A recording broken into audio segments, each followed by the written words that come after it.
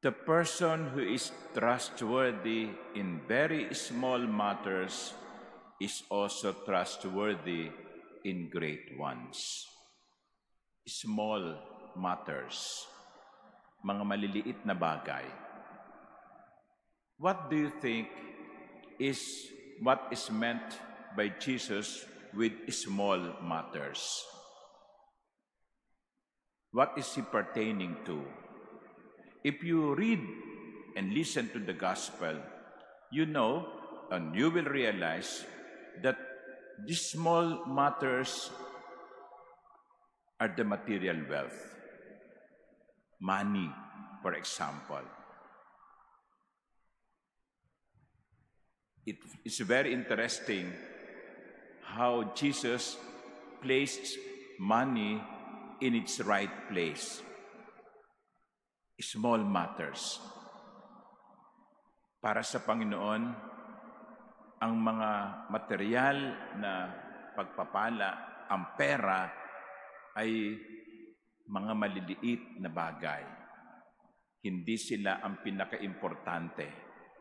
Hindi sila ang number one. I read somewhere I think on Facebook, we are so poor if what we only have is money. We are so poor if what we only have is money. So, anong itinuturo sa atin ni Jesus sa Ebanghelyong ito? Kailangan natin ng pera. Oo, totoo yun. Nakapunta kayo dito sa simbahan ng namasahe, o kung may sasakyan kayo, merong gasolina yan. Gumastos kayo. Kailangan natin ng pera sa buhay. Pero, huwag nating Diyosin o gawing Diyos ang pera. Kasi magkakaroon ng kaagaw ang Diyos. Sabi nga ng Panginoon, you cannot serve God and mammon. You cannot serve two masters. They are not possible. So what can we do? If we cannot serve both God and mammon, then let us use mammon to serve God. Let us use money to serve God. Money is not our master. Some people are possessed by their possessions. Money is not our master. God is our master. Let us use the gifts of God, the material blessings, to serve the giver. Kasi ang kumisan ng problema natin, ang nabibigyan natin ng pansin ay yung ibinigay. Nakakalimutan natin na pahalagahan ang nagbigay. God is the giver. Gives. Money is just gift.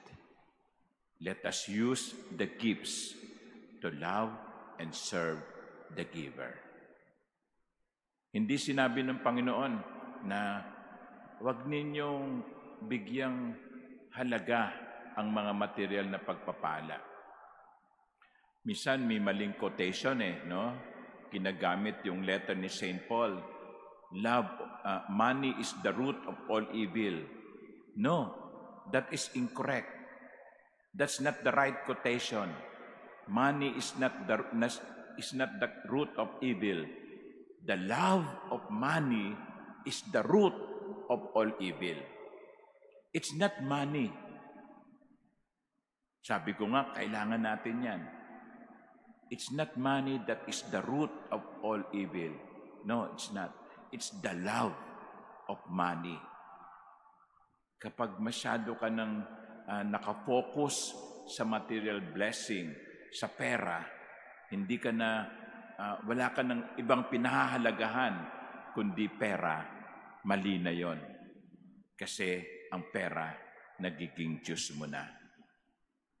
The love of money is the root of all evil. It's not money. So when we have money, let us praise the Lord. But let us remember, what are this money for? Gamitin natin ang pagpapala ng Diyos para paglingkuran ang Diyos. Gamitin natin ang salapi para paglingkuran ang Diyos. Amen.